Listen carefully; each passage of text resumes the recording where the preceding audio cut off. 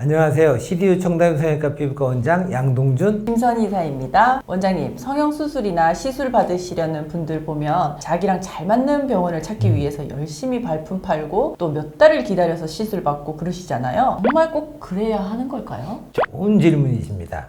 저희 병원에 오시는 환자분들도 보면 이 몇 시간부터 또 몇 달까지 기다리면서까지 시술을 받으시려는 분들이 계세요. 그런데 사실 모든 시술을 그렇게 오랜 시간을 기다리고 공들여서 받을 필요는 없거든요. 그래서 오늘은 제가 여러분들의 소중한 시간을 지켜드리기 위해서 꼭 오랜 시간을 기다려서라도 원하는 원장님한테 받아야 되는 시술과 그냥 나랑 스케줄이 맞는 원장님한테 받아도 되는 시술을 한번 말씀드려보고자 합니다. 오랫동안 원장님의 손길을 기다리고 있는 분들이 자신의 선택을 후회하지 않도록 손을 많이 타는 시술부터 하나하나 소개 부탁드릴게요. 제가 오늘 먼저 소개시켜드릴 손을 많이 타는 시술, 이 첫 번째는 바로 필러입니다. 필러는 엄청 대중화되어 있는 시술이잖아요. 그런데 필러가 그렇게 의사 손을 많이 타나요? 필러는 성형외과가 아니더라도 이 피부과 일반 클리닉에서도 많이들 하시잖아요. 가격도 엄청 저렴하게도 나오고요. 그런데 사실 필러는 의사의 손을 아주 많이 타는 시술입니다. 그리고 경험도 중요하지만 이 의사의 미적인 감각이 아주 중요합니다. 어느 정도 수준까지는 모든 선생님들이 비슷하게 할 수 있지만 사람마다 타고난 손재주, 디자인 감각이 다르기 때문에 결과물에도 차이가 많습니다. 예를 들어 이 길어 보이는 코인데 미간이 낮다고 해서 미간에 필러 채우게 되면 오히려 코가 더 길어 보여서 필러 넣기 전보다 더 안 이쁠 수가 있어요. 그래서 입술 필러나 이 코 필러, 이 이마 필러처럼 예쁜 얼굴을 목적으로 하는 디자인 필러를 받으시려는 분들은 꼭 후기를 찾아보셔야 합니다. 필러가 생각보다 어려운 시술이었군요. 좀 의외네요. 혹시 필러 외에 시술자의 손을 많이 타는 다른 시술들이 있나요? 이 레이저 시술도 의외로 시술자의 손을 아주 많이 타는 시술인데요. 이 병원마다 있는 똑같은 레이저인데 결과가 과연 그렇게 다를까 하실 텐데요. 네, 완전 다릅니다. 이 사람의 피부는 개인마다 상태가 다 다릅니다. 심지어 한 사람의 피부라고 해도 부위에 따라 두께나 상태가 다 달라지죠. 결국 레이저 시술이고 같은 기계라 해도 이 레이저 기구를 얼굴에 갖다 대는 것은 이게 사람이잖아요. 그러므로 레이저 시술할 때 시술자는 이러한 것을 다 계산해서 정확하게 그리고 필요한 부위에 레이저를 해야 됩니다. 그렇게 이 경험치가 가장 중요합니다. 그리고 이제 레이저 시술 중에서도 꼭 몇 달 기다려서라도 잘하는 병원을 가야 하는 시술이 있습니다. 바로 리프팅 레이저 시술입니다. 토닝이나 필링 같은 시술보다 레이저 리프팅이 더 손을 많이 탄다는 것인가요? 그건 왜 그런가요? 이 똑같은 레이저 리프팅을 받았는데 누구는 효과 없고 누구는 또 효과 있었다는 얘기를 많이 듣잖아요. 이게 다 이제 시술자의 실력 때문에 이제 그런 건데요. 이 리프팅 레이저의 원리는 피부 속에 있는 근막층이나 진피층에 레이저를 쏴서 얼굴을 끌어올려야 되는데 일단 이 타겟층이 이제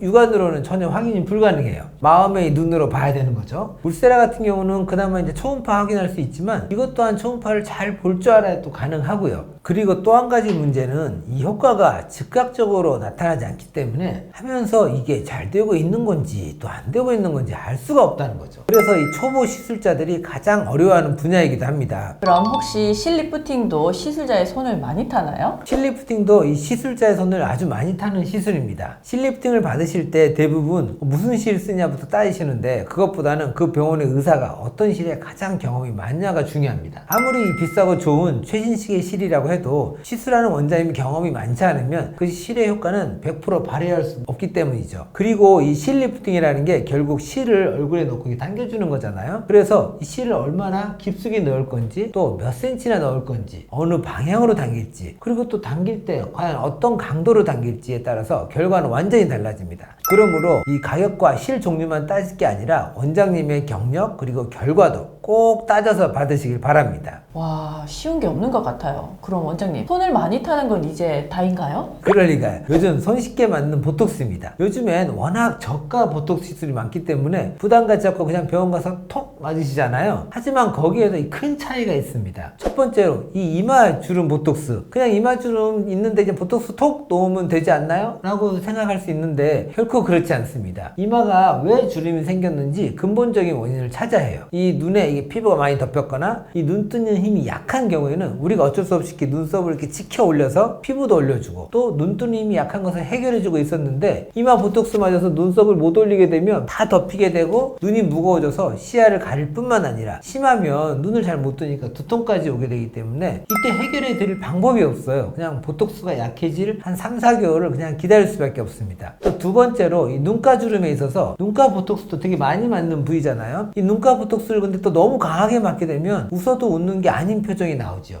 나는 열심히 웃고 있는데 눈은 그냥 이렇게 딱 입은 웃고 정지 상태가 돼버린 되게 어색한 표정이 연출돼요. 그래서 요즘엔 이렇게 웃으면 살짝 주름은 유지되게 하는 이제 스킨 보톡스로 눈가 보톡스를 하고 있습니다. 세 번째 이제 또 턱 보톡스인데요. 의외로 다른 병원에서 턱 보톡스 몇 번이나 맞았는데 효과가 없다고 하시는 분들이 있습니다. 이는 이제 들어가는 약의 용량이라든가 이 놓는 부위에 따라 효과가 있고 없고 차이가 분명히 생기기 때문에 다시 한번 저에게 맞아보시라고 권해드리고 있습니다. 그렇다면 원장님, 환자분들이 애써서 기다리지 않고 그냥 마음 편하게 아무한테나 받아도 되는 시술은 무엇일까요? 이건 상대적으로 의사의 손을 덜 탄다는 시술이겠죠. 미적인 디자인 감각이나 이 힘의 강도, 관찰력, 통찰력 등이 상대적으로 덜 필요한 시술들이 있습니다. 윤곽주사, 물광주사, 스킨 부스터 같은 시술은 의사의 손을 좀 덜 타죠. 또 문신 제거, 점, 사마귀, 항관종, 피립종 이런 것들은 경험이 많이 필요치는 않으나 그래도 꼼꼼하게 해주시는 것으로 가시면 좋겠습니다. 오늘은 원장님과 함께 의사 손을 많이 타는 시술과 덜 타는 시술에 대해 알아보았습니다. 오늘 내용 잊지 마시고 꼭 기억해 두셨다가 소중한 시간을 절약하시길 바랄게요.